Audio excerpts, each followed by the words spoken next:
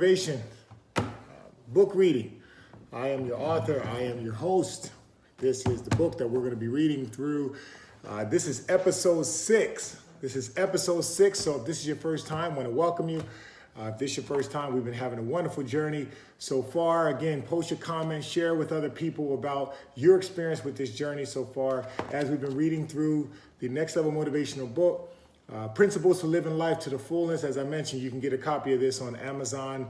I think it's like $10.95. So you think about you spend more than that going to the movies and sitting there and just watch something that you don't even like. So definitely invest in yourself. It ain't really an investment, but invest in yourself, please do, so that way you can take your life to the next level. And so I'm going to continuously go through this.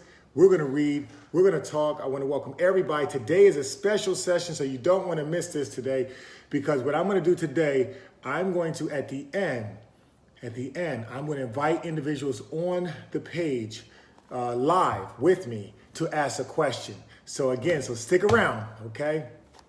At the end, I'm going to invite people on live with me to ask a question, okay? You can ask a question, you can give a comment, whatever you want, but I'm going to mainly with the questions that you have, because remember this, the worst question in the world is the one you don't ask. And so thank you again. And yes, yours was sent out yesterday, so thank you for ordering your copy as well yesterday. When you get this, man, think about it. Order several of them for you. Listen, I don't do the book to make money off of people.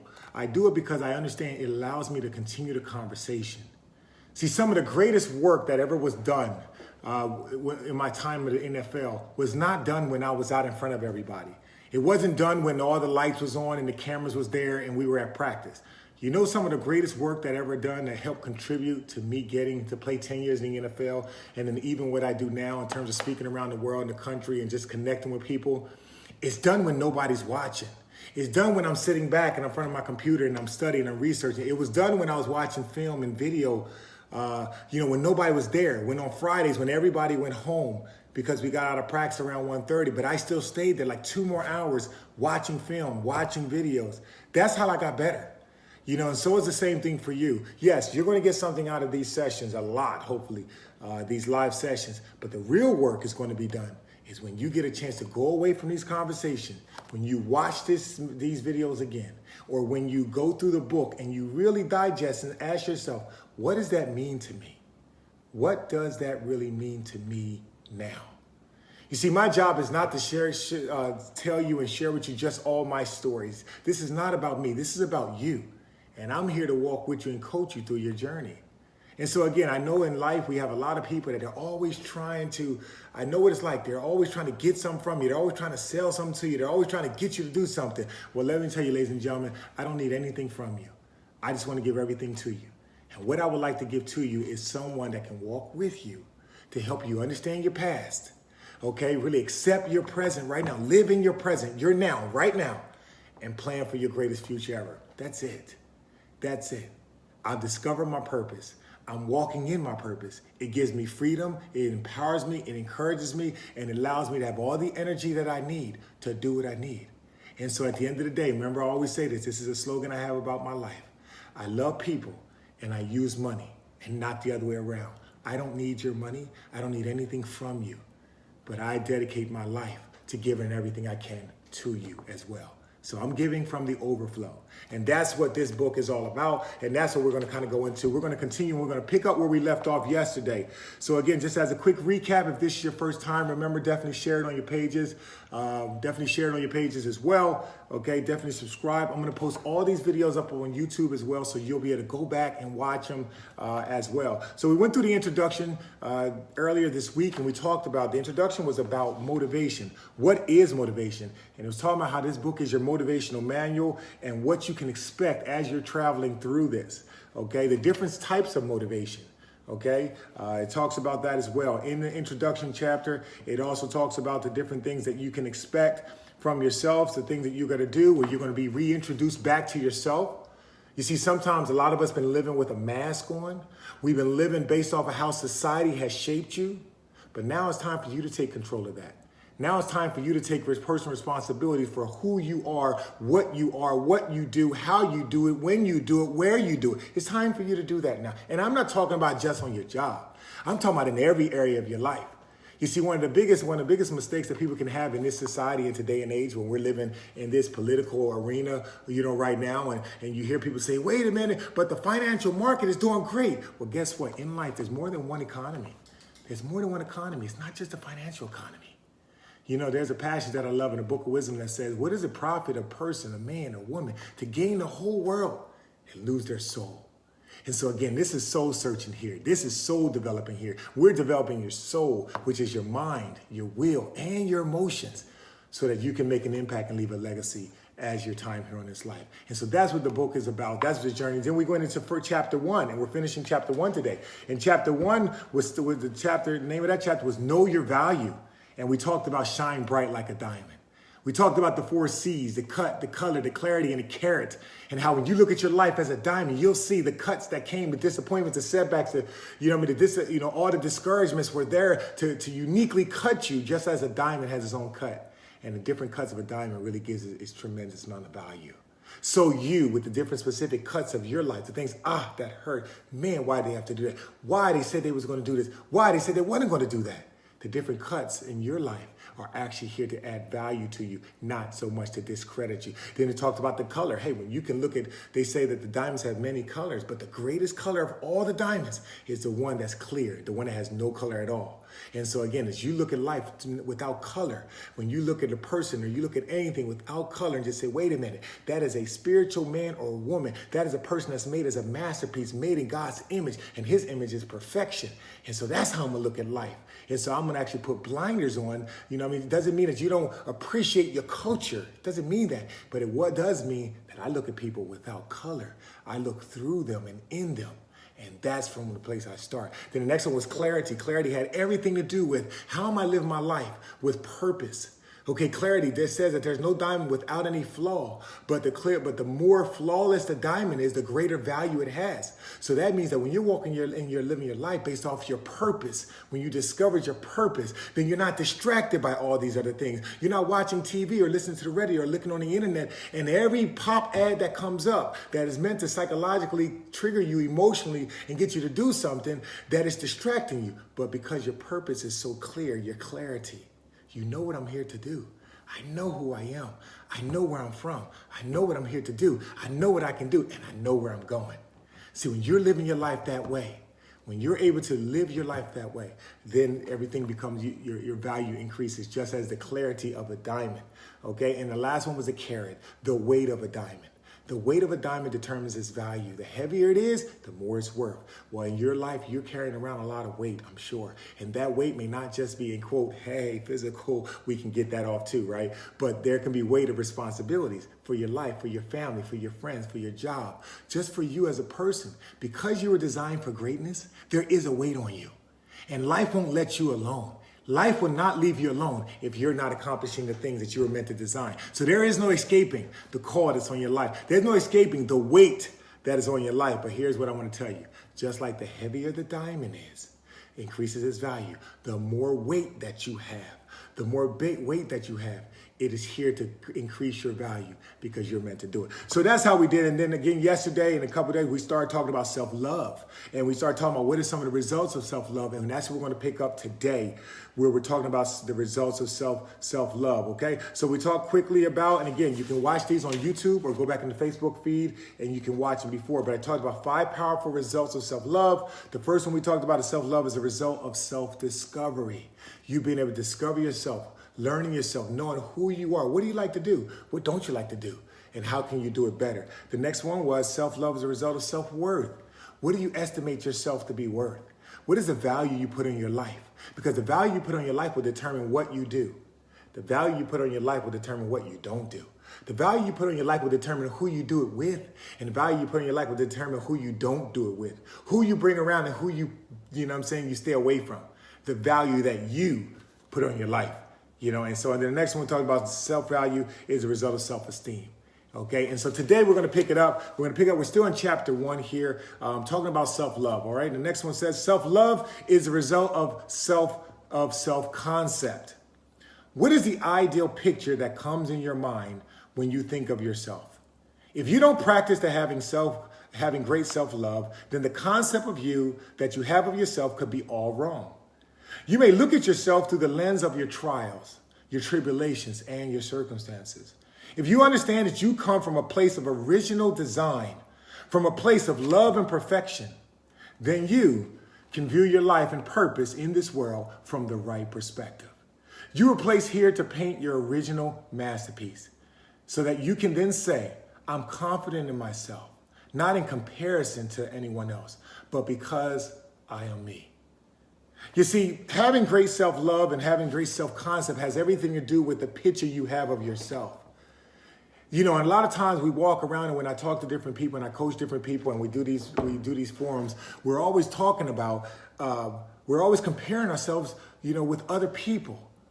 If all you got to do is just live life for 10 minutes, right? And you'll see something where they're trying to paint a picture for you to do or be or become like something or someone else. But this self-love, by understanding your self-concept, has everything to do with you're starting with the image of yourself.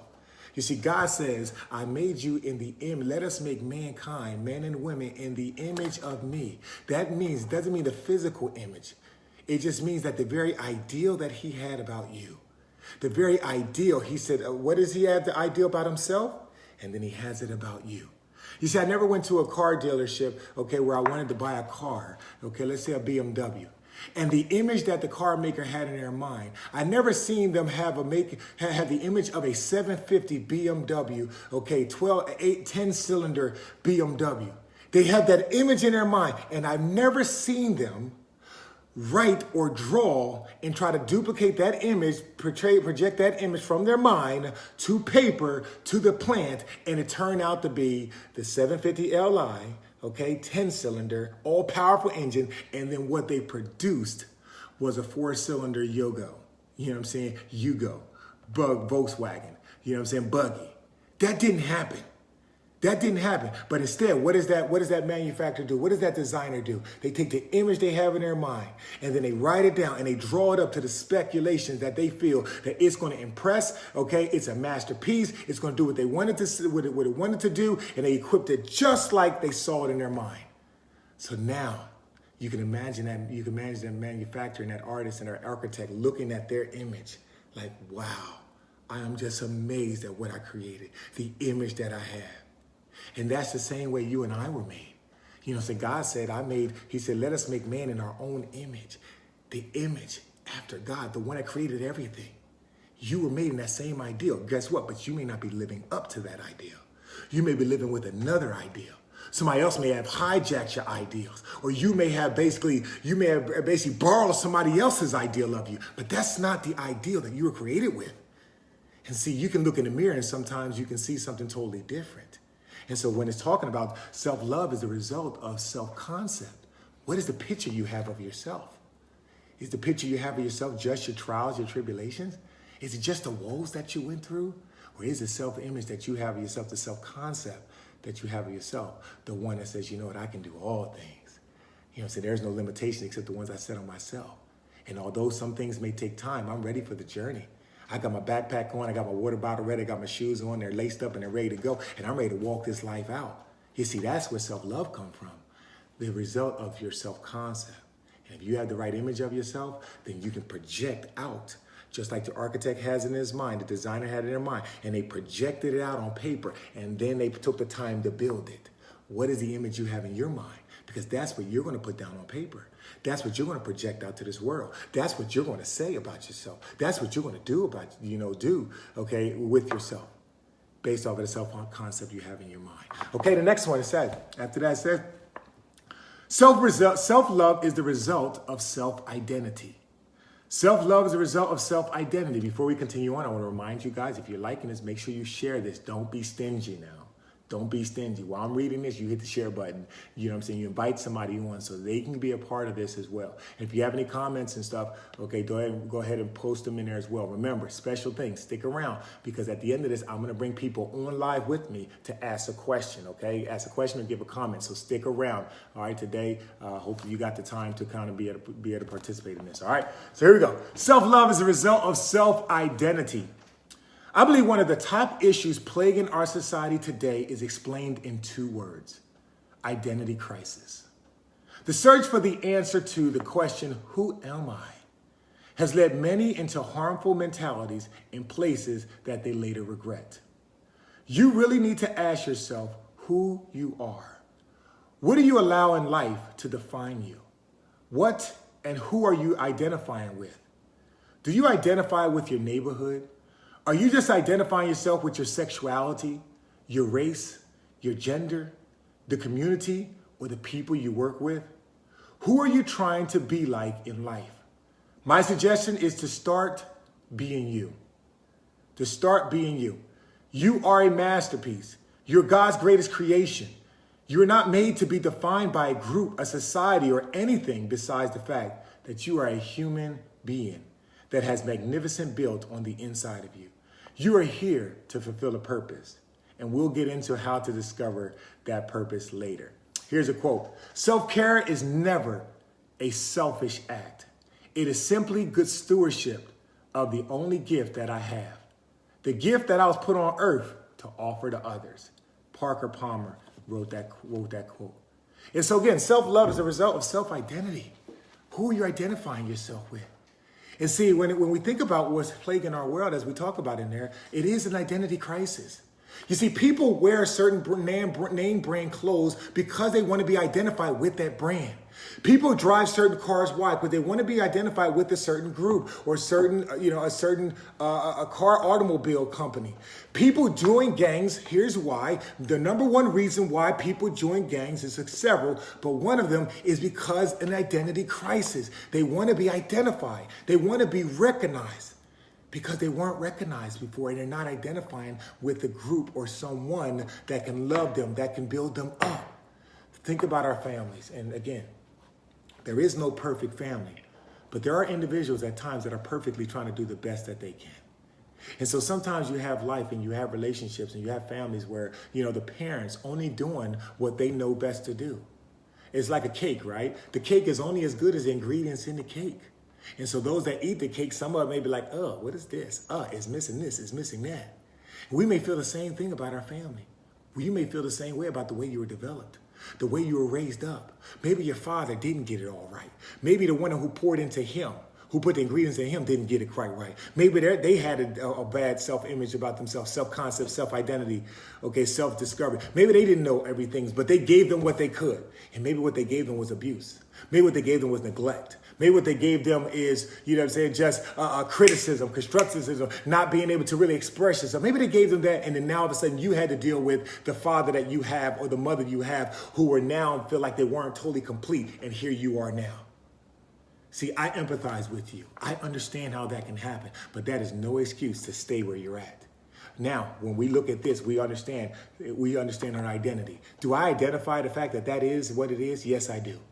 Do I understand that there were some things that they were missing? Yes, I do recognize it. Do I understand because they missed some things, they poured certain things into me and I was a result of some of them things? Yes, I do.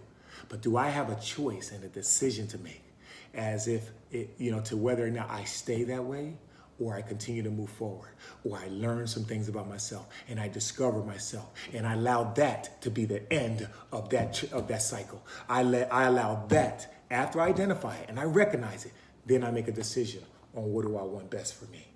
You see, that's what self-love is. And so again, those 5 ways that we talked about are in here. 5 ways of discovering results of self-discovery and self-love are found in here. All right. And so again, that is chapter 1. At the end of each chapter, as I mentioned in the book, I ask you several questions. Okay.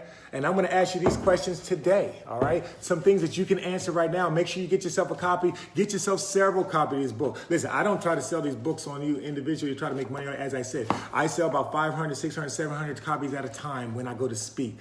Because as I mentioned, if you just joined on, the purpose of these books, especially the type of thing that I do in life in terms of coaching individuals, is to continue the conversation. That's why you'll hear a lot of questions in there, because you have to answer those questions. And I want to be able to present the questions for you so that way you can go a little further. So here's some questions at the end of this chapter. And then after this, I'm going to open up and I'm going to invite certain people on to ask a question themselves. Okay, here's a couple questions. Okay, number 1.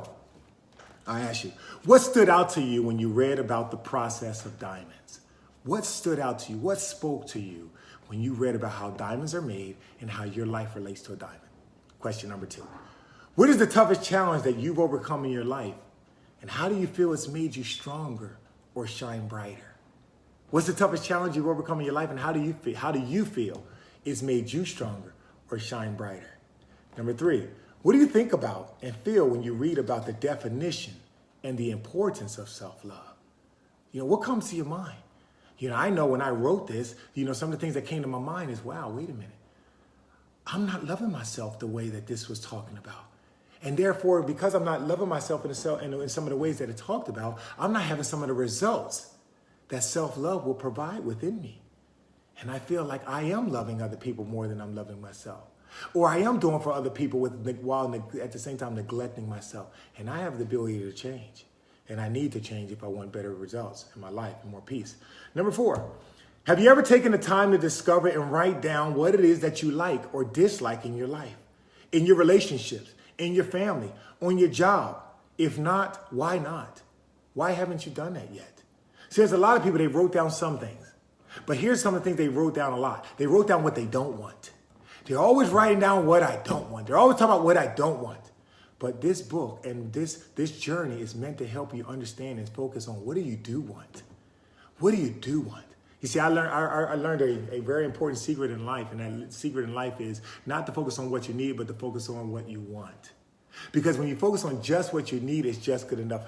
For example, I may be thirsty, but my body needs water, right? It needs liquid and it needs water.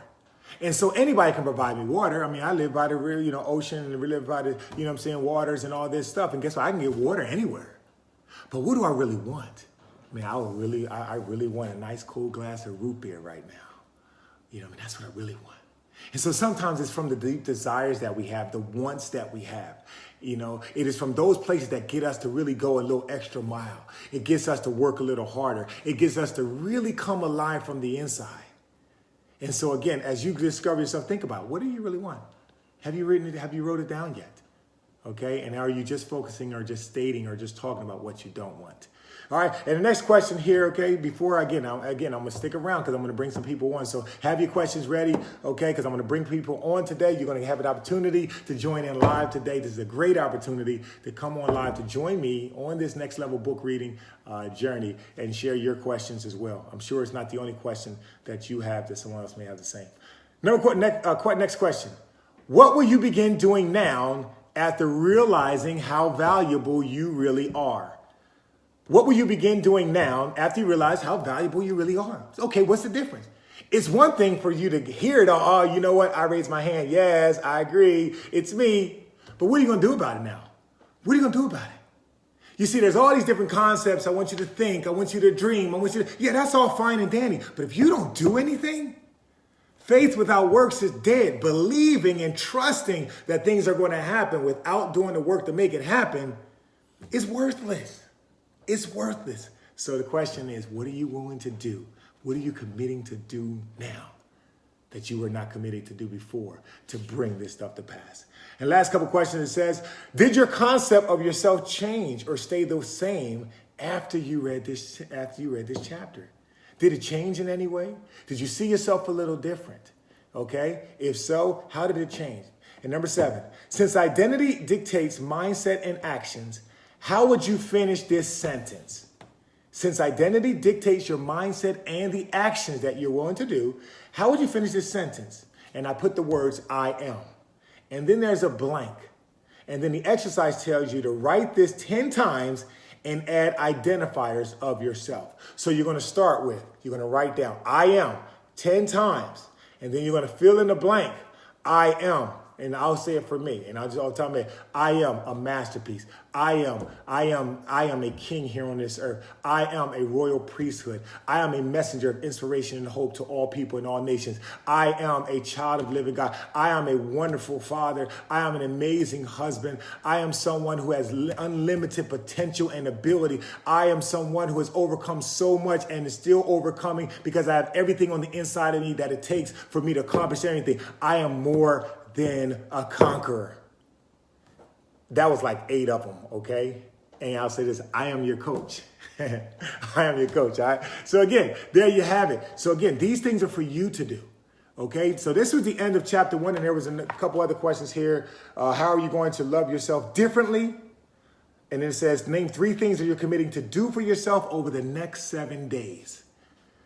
Question number 8 was, how are you going to love yourself differently? And it says, what are 3 things that you're going to commit to doing for yourself over the next 7 days? See, we got to put action into this thing. It's not good enough just to be listening to me. Oh, Donovan, okay, sounds good. Yeah, man, you know, I love the fact when I come on and Donovan always says something that really sticks out to me. I don't want you to stop there. I'd rather you turn me off. I'd rather you not watch me if you're going to listen and not do anything. But the people that are here to listen, get fed up, get filled up, then do something. Those are the ones that are going to get the most results, okay? And the last question says, how will others know that you love yourself? In 1 month from now, what noticeable change will they see, hear, or experience in your life? Here's that question again. How will others know that you love yourself? How will they know? In 1 month from now, what noticeable change will they see about you?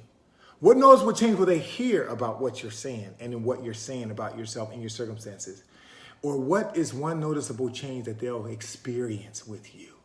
Maybe it's like, man, you know what, girl, it's something about you. I know that dude ain't acting right all the time, and the baby's dad, he ain't always around and he giving you trouble. Or I know the parents, this, that, and the other. Or I know, you know what I'm saying, you know, the wife ain't seeming like it's, you know, respecting you in this way or that and the other. And I know that different things is happening. But, you know, it's just something about you, though. Even though those things ain't happening, there's something different about you. The way you walk, the way you talk, the way you think about things, what you listen to, what you're not listening to. What is that noticeable change that people want to see? And so again, man, listen, I hope you're enjoying it. I definitely enjoy it. We're down at the 25th minute mark. Again, a lot of these sessions are going to basically be around 20 minutes, so don't need to be that long. I just want to kind of give a quick little snippet, but today is going to be a little longer because I want to do a special version today where I open it up and allow if someone does want to come on, they get a chance to come on and ask a question. If you don't, that's no problem as well. I know some questions I receive, a lot of them have been private. People DM me those questions and whatnot, and I get a chance to go in and answer from there. And so what I'm going to do right now is I want to go ahead and try to reach across this table, and I'm going to pick somebody. If you want me to bring you on, do me a favor, type a 1 right now. Type a 1 right now, and I'll try to bring you on there. So you can come on and ask your questions. If you have any questions, definitely go ahead and type a 1 if you want to come on. If you have a question, if you have a comment of any nature, please let me know that, and then I'll go ahead and bring you on from there. But listen, I just want to say thank you guys for coming on. Thank you for being a part of this journey. You never know. You never know sometimes what you're going to get, but you'll never get it if you're not present. If you're not there, you'll never get it, what's waiting for you. And so again, I want to thank you guys from that. So let me just see. Let me go on this thing here. Okay. B-Dog, what's up, baby? That's my bad. Dog, you want to come on, man? Let me see if Dog's on here. Let me see. I don't know if I can even click come on here, man. Y'all know, you know how we do this, man. We always be... Let me see. C-Double, man, let me see. I want to see if I'm going to add you, C-Double. Corey Brown will see this. Let me see if I'm going to add my man C-Double. I might got a question for him. You know what I'm saying? Let's see if he's able to come on this morning. So listen, if you have to go, you guys don't forget, I'm going to upload all these things. I'm going to upload this onto YouTube later so you can actually post the video. You can share it from there. So if you have to go, I totally understand. This is an extended version that we have. This is a Saturday for us here. I don't know when or where you're watching this, but this is Saturday, so I have a little more time without having to go somewhere from there. So just want to welcome everybody from there, man. But want to give a shout out while I'm waiting to see if this thing is going to add my man. I want to give a shout out to my man Brian Dawkins, man. Congratulations, dude. Congratulations with the Hall of Fame, bro. I really, listen, greatness was found on the inside, man. But like you said, the journey had to be walked out. It had to be walked out.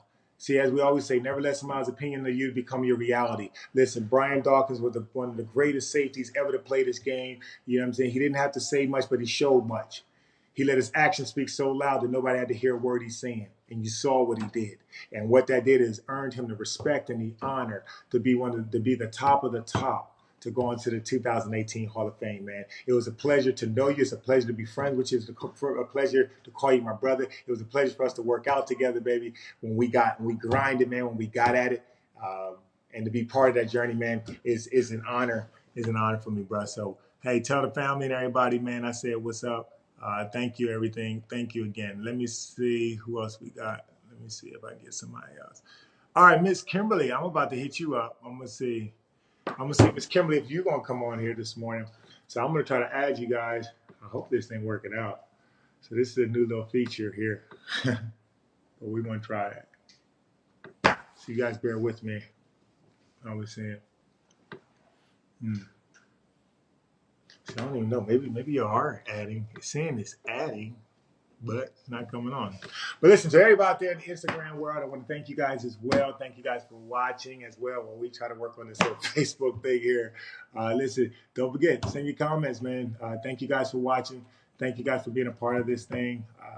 This is what we do. So definitely go ahead and subscribe. Subscribe now to make sure that you get the notifications. Go ahead as we follow these pages as they come up. All right. You guys be blessed. I'm gonna go ahead and cut off my Instagram here. Stay on Facebook. I'm still gonna try to work this thing out so we can get this done, man. There's nothing like completion like done.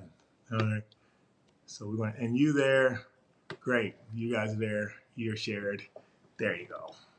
All right. Any other, let me see, any questions? Never saw myself like that. Thank you. Well, that's awesome because that's who you are. Bishop, what's up, man? Man, let me see. Can I get Bishop on here, man? Bishop, you want to come on, man? You want to give us some of your wisdom, man? Can I get you on here, Bishop? Let me see. Can I get you on here? This is one of the great fathers of spirituality, my spiritual father, Bishop Vaughn McLaughlin. There is no other like him, man. There is no duplication. There's only imitation. You can only try to be like him, sound like him, look like him, but you can't. He is a 1 in a million, 1 in a billion. Matter of fact, you know what they say? They say, and this is going to get a little more deep, but Bishop can understand this, right? You know they say when a mother and a father goes to have intimacy, and they come together. And at that point of conception, at the point of it, when a man climaxes and all of a sudden, then he just, at the time, bam, here I come. You know what I'm saying? They say at that moment, there's about 500 million. There's about 500 million, maybe even billion. I'm even messing the number is, but it's a whole lot of sperm cells that rush, man. It's a race to get to the end. It's a race to get to the end. Man, I can imagine them. I can imagine every single one of them, you know what I'm saying, just pushing, climbing over each other, everything to get to the end. And at the end, guess what? Only one wins. So I can imagine you're just like that. Everybody on here, you're just like that. Out of all those millions and millions and billions of sperm cells, right? Guess what? Out of all those things that came from your father, man, your father put out a champion, and all of them got there. And at the end, I can imagine you dove for the tape. You're here because you dove for the tape. So that means that in life, guess what? You're not trying to win in life. You already won. Think about that. You're already a champion. You already won. And now it's time to live out your life as a champion because you already won to get here. Now it's time to keep winning in life. And Bishop McLaughlin, I want to thank God for you, man, because that's who you are. You are a champion. You've been a champion and a father for so many people in life, people internationally, locally, globally, wherever it may be. And I want to say thank you for your heart and your commitment to use your trials, your tribulations, your testimonies, to use your life to pour into other people. May God continue to shine bright over you. May God continue to anoint you, bless you, encourage you, build you up, provide anything and everything that you ever need in your life. So that way you'll continuously receive the crown that he has waiting for you. You've done an amazing job and you're doing an amazing job. We love you, we appreciate you, and we definitely thank God for you and Lady Narlene and Angel and Stephen and the whole McLaughlin family. And so listen, I appreciate you. I really thank God for you, man. But listen, man, we're about to go ahead and end this segment here, but I wanted to give an opportunity. We'll keep working on all the little quirks thing in terms of who wants to come on. Some people say, man, I want to come on, but I don't want to be on. I want everybody to see me here. But guess what? When you gonna stand up so people can see you, man? Maybe it's just the person. Maybe it's just the time. Maybe your soulmate is waiting for you to show up. No, I'm kidding. But anyway, listen, you guys have an awesome and wonderful, wonderful day.